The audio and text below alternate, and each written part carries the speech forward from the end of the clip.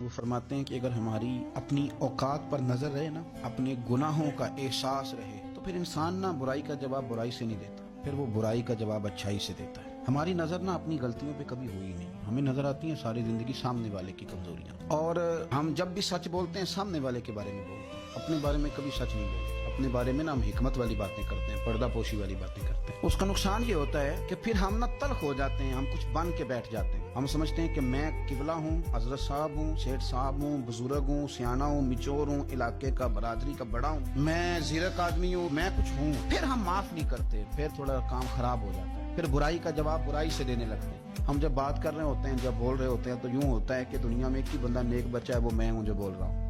इससे ज्यादा नहीं, इस तरह ना करें, वापिस लौटें।